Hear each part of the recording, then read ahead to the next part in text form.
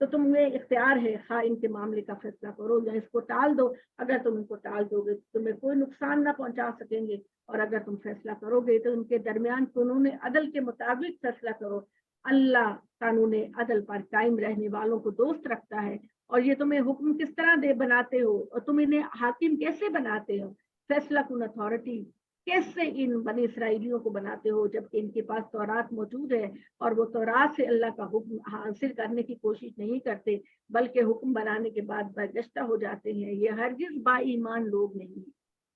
بے شک ہم نے تورات اتاری جس میں ہدایت کی ہے، اسی کے مطابق خدا کے فرما بردار انبیاء، ربانی علماء، فقہا یہود کے معاملات کا فیصلہ کرتے تھے، بوجہ اس کے کہ وہ کتاب الہی کے امین یعنی ایماندار تورات کے ٹھہرائے گئے تھے، اور اس کے گواہ ٹھہرائے گئے تھے کہ لوگوں سے نہ ڈریو، مجھ سے ڈریو، اور میرے حکام کو دنیا کی متاع حقیر کے عوض فروخت نہ کرنا، اللہ کی طرف بڑھو، بغیر کسی دنیاوی محبت کے اللہ کی طرف بڑھو. جو لوگ اللہ کی اتاری ہوئی شریعت کے مطابق فیصلے نہیں کریں گے تو یہی لوگ کافر ہیں. اور ہم نے ان پر فرض کیا کہ جان کے بدلے جان، آنکھ کے بدلے آنکھ، ناک کے بدلے ناک، کان کے بدلے کان، دانت کے بدلے کان، اور اسی طرح دوسرے زخموں کا بھی کے ساتھ.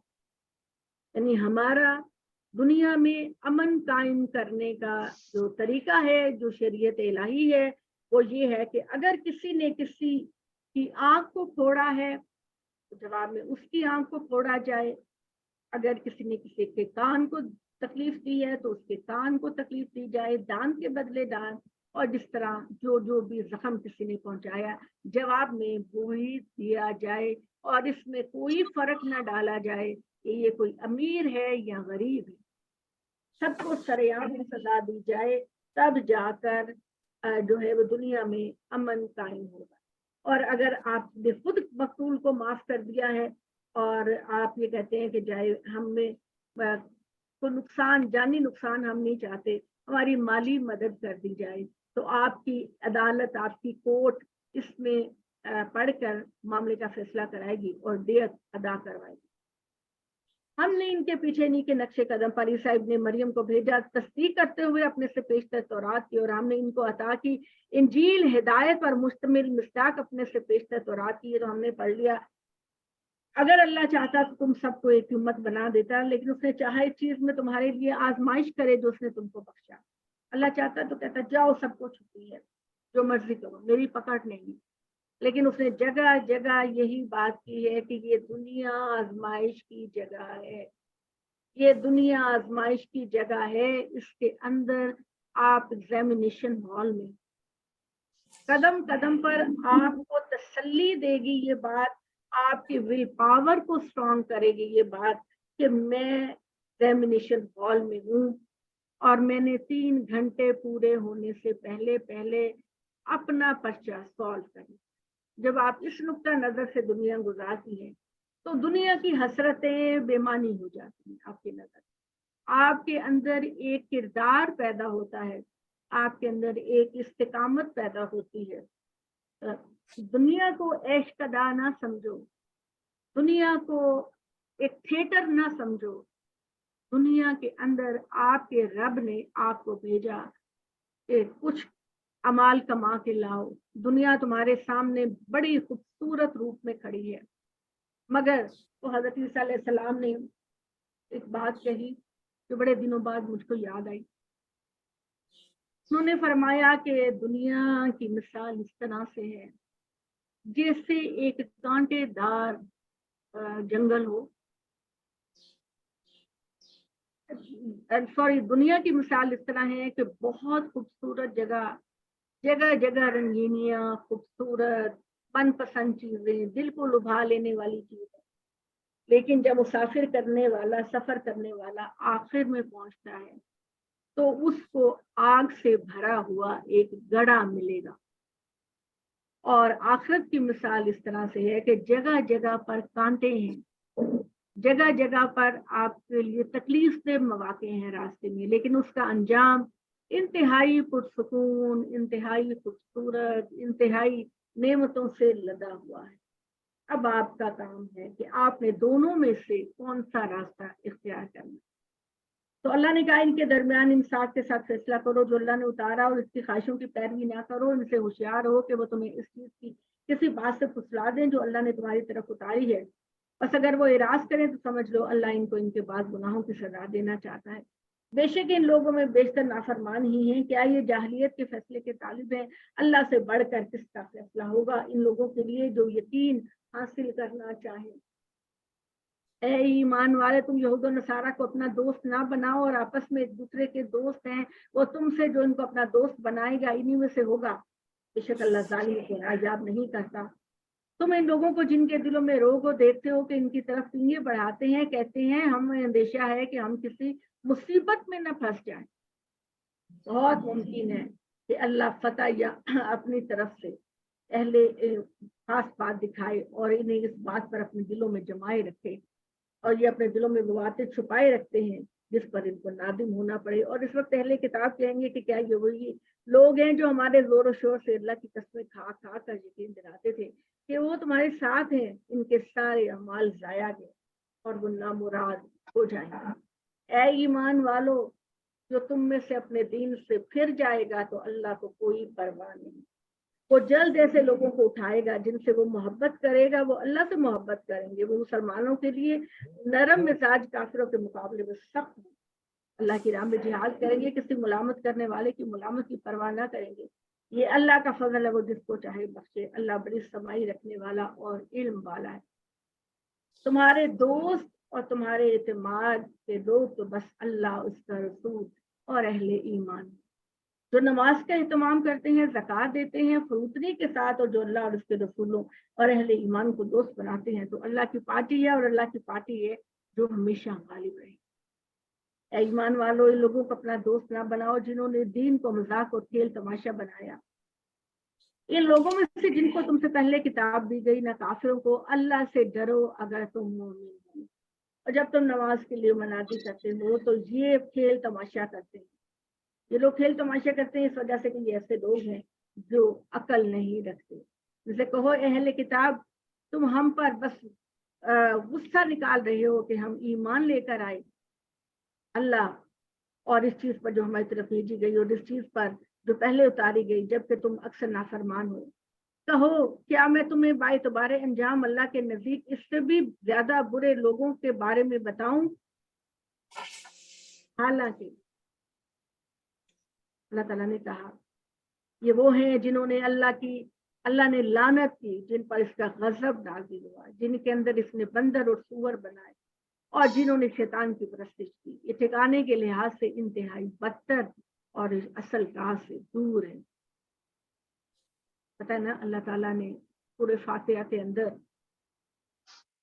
ہم دعا مانگتے ہیں، اهدنا الصراط المستقیم صراط الذین انعمت علیہم غیر المغضوب علیہم ولا الضالین۔ اے پروردگار، ہمیں ان لوگوں کے راستے پر چلا جن پر تیرا نہ چلانا جن پر تیرا غضب نازل، اور نہ ان لوگوں کے راستے پر چلانا جو گمراہ ہو۔ اور ہم یہ دیکھتے ہیں کہ خدا کا غضب بنی اسرائیل کے نافرمانوں پر ہوا، اللہ نے سب کے معاملے میں ان کو ذلیل، بندر اور سور بنا، اور بنی اسرائیل میں عیسائیوں کے اندر پے در پے خدا کے ساتھ شرک کرنے کی وجہ سے وہ گمراہ کر دیے گئے۔ تو اللہ تعالیٰ نے کہا ہے، اور جب تم سے تمہارے پاس آتے ہیں تو کہتے ہیں کہ ہم تو ایمان لائے ہوئے ہیں، حالانکہ وہ کفر کے ساتھ داخل ہو، انہی کے ساتھ نکلتے ہیں، اللہ خوب واقف ہے اس چیز سے جن کو وہ چھپا رہے ہیں، اور تم اس سے اکثر دیکھو گے کہ یہ حق تلفی، زیادتی، حرام خوری کی راہ میں ہے۔ کیا ہی برا ہے جو یہ کر رہے ہیں، ان کے عالم اور فقہا ان کو گناہ کی بات کہنے اور اس کو حرام کرنے سے روکتے کیوں نہیں؟ ان کو پتا ہے کہ یہ غلط کر رہے ہیں، وہ ان کو روکتے کیوں نہیں، ان کو منع کیوں نہیں کرتے؟ کتنی بری حرکت ہے جو یہ کر رہے ہیں۔ یہود کہتے ہیں کہ خدا کے ہاں بندھے ہوئے ہیں، ہاتھ ان کے بند جائیں، ان کی اس بات کے سبب سے ان پر لعنت ہو، بلکہ ان کے دونوں ہاتھ کھلے ہیں۔ کیا مطلب ہے اس بات کا؟ اس بات کا مطلب یہ ہے کہ وہ کہتے ہیں اللہ ہمیں کیوں کہتا ہے کہ ہم صدقہ خیرات کریں، اللہ ہمیں کیوں کہتا ہے کہ ہم زکوٰۃ دیں، خود دینا اللہ خود نہیں دے سکتا؟ وہ اس طرح کی باتیں کرتے۔ اللہ کہتا ہے میرے دونوں ہاتھ کھلے ہیں، میرے خزانے آسمان اور زمین پر حاوی ہیں، جو چاہے وہ پروردگار کر دے، لیکن خدا نے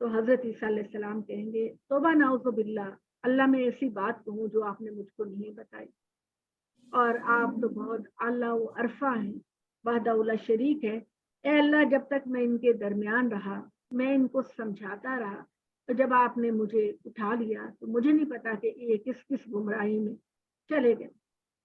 تو اللہ تعالیٰ نے کہا یہ اس وجہ سے کہ انہوں نے نافرمانی کی، وہ حد سے گزر جانے والے تھے، جس برائی کو اختیار کر دیتے ہیں ان سے باز نہیں آتے، نہایت ہی بری بات ہے جو یہ کرتے ہیں۔ تم ان میں سے بہتوں کو دیکھو گے کہ کفار کو اپنا دوست بناتے ہیں۔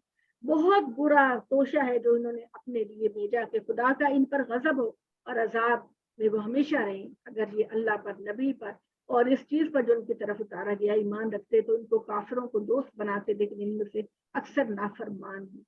تم ایمان والوں کو دشمنی میں سب سے زیادہ سخت یہود اور اسلام کے خلاف سب سے زیادہ محمد صلی اللہ علیہ وسلم کی مخالفت یہودی کرتے تھے یا مشرکین مکہ کرتے تھے۔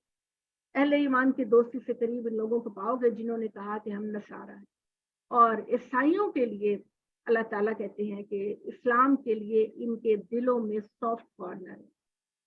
مکہ کے حضور صلی اللہ علیہ وسلم کے زمانے میں اور اس زمانے میں بھی یہود کی نسبت نصارہ عیسائیوں کے دل میں مسلمانوں کے لیے سافٹ کارنر ہے، اس وجہ سے کہ ان کے اندر عالم اور راہب ہے اور یہ تکبر نہیں کرتے۔ جب یہ سنتے ہیں اس چیز کو جو رسول صلی اللہ علیہ وسلم سے اتاری گئی تو تم دیکھو گے کہ حق کو پہچان لینے کے سبب سے ان کی آنکھوں سے آنسو جاری ہو جاتے ہیں، وہ پکار اٹھتے ہیں ہمارے رب ہم ایمان لائے، ہم اس کی گواہی دینے والوں میں سے ہیں۔ آخر ہم اللہ پر اور اس حق پر جو ہم نے پہنچا ایمان کیوں نہ لائیں، جبکہ ہم یہ توقع رکھتے ہیں کہ ہمارا رب نیکوکاروں کے زمرے میں شامل کرے گا۔ تو اللہ ان کے قول کے صلے میں ان کو ہمیشہ کے لیے ایسے باغوں میں فرمائے گا جن میں نہریں بہتی ہوں گی، اور خوب کاروں کا صلہ یہی، جنہوں نے کفر کیا ہماری آیتوں کو جھٹلایا وہ دوزخ میں پڑیں گے۔ اے ایمان والو، ان پاکیزہ چیزوں کو حرام نہ کرو جو ہم نے تمہارے جائز کی۔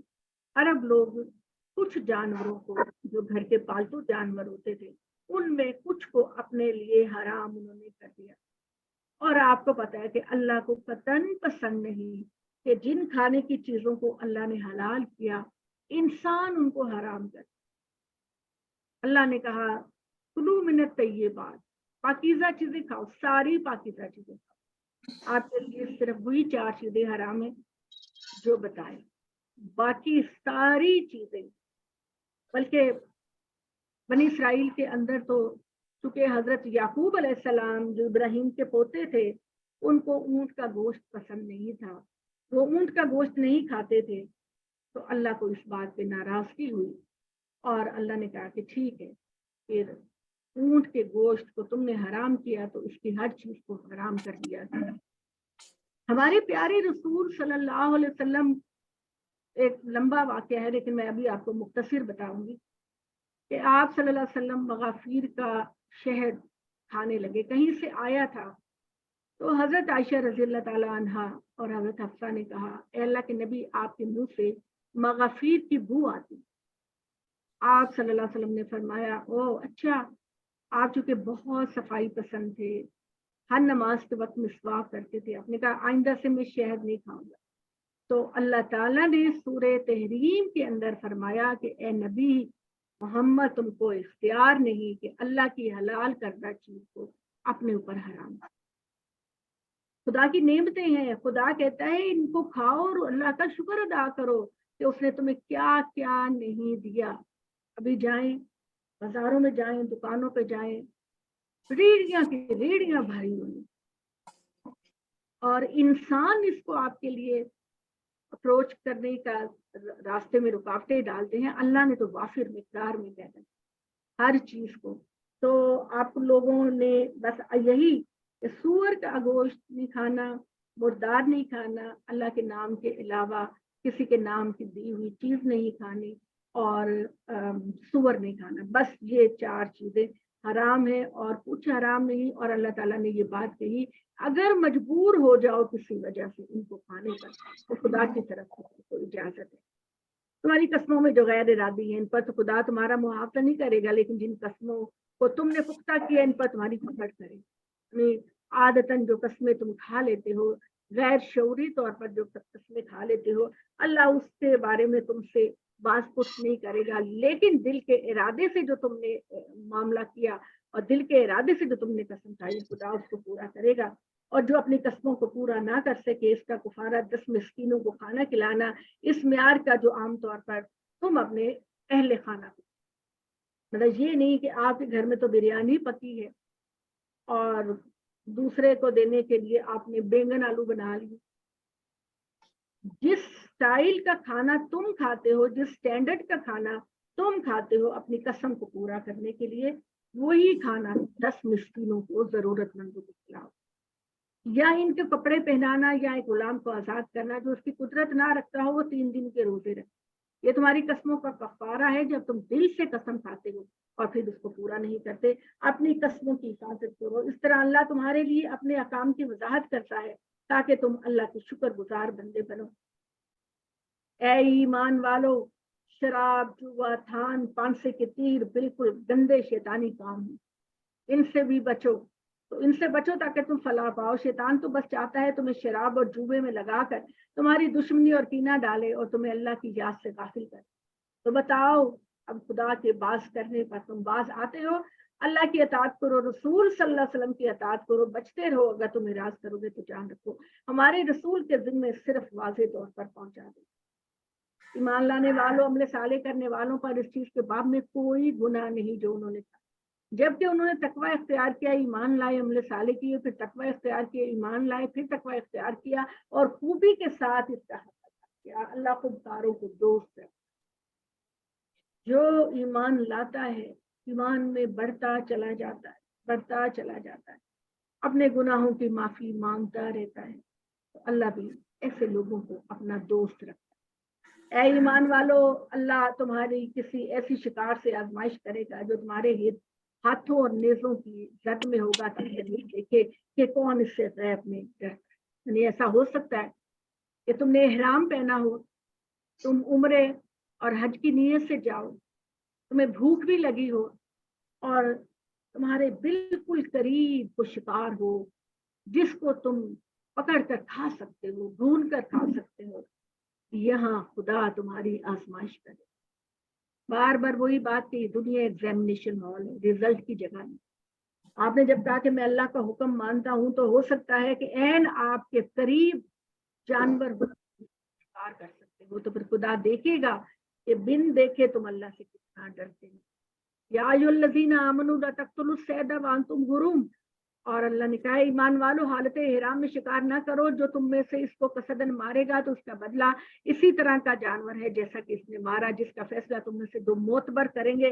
یہ نیاز کی حیثیت سے خانہ کعبہ کو پہنچا دیا جائے گا، یہ کفارہ دینا ہوگا، مسکینوں کو کھانا کھلانا ہوگا یا اس کے برابر روزے رکھنے ہوں گے تاکہ وہ اپنے کیے کا وبال چکیں۔ تو جو ہو چکا اللہ نے اسے درگزر کیا، لیکن جو کوئی پھرے گا تو اللہ اسے انتقام دے گا، اللہ غالب اور انتقام۔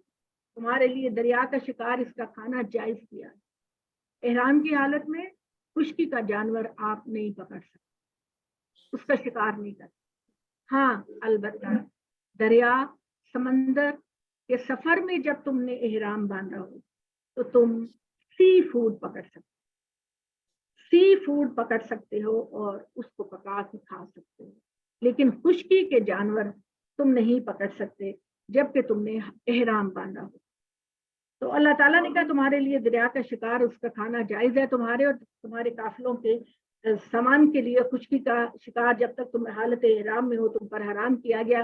اللہ سے ڈرتے رہو جس کے حضور سب بات پیش کیے جاؤ گے۔ اللہ نے کعبہ، حرمت والے گھر کو لوگوں کے لیے مرکز بنایا اور حرمت کے مہینے قربانی کے جانوروں اور گرلے میں پٹے پڑے ہوئے جانوروں کو شعیرہ ٹھہرایا۔ یعنی جو جانور عرب لوگ اپنے جانوروں کے گلے میں پٹے ڈالتے تھے کہ یہ ہم نے عمرے اور حج کے لیے لے کر جانا ہے اور ان کو ذبح کرنا ہے، تو اللہ تعالیٰ نے کہا کہ تم ان کا شکار کر کے دوسروں کے جو عبادت کی چیزیں ہیں ان کو ضائع نہ کرو۔ اس لیے تم جانو کہ اللہ جانتا ہے جو کچھ آسمان اور زمین میں ہے، اللہ ہر چیز کا علم رکھنے والا ہے۔ جان رکھو اللہ سخت پاداش والا ہے، وہ بڑا بخشنے والا مہربان ہے۔ رسول محمد صلی اللہ علیہ وسلم پر صرف پہنچا دینے کی ذمہ داری ہے، اللہ جانتا ہے تم ظاہر کرتے ہو۔ زید و ناپاک اور پاک دونوں یکساں نہیں،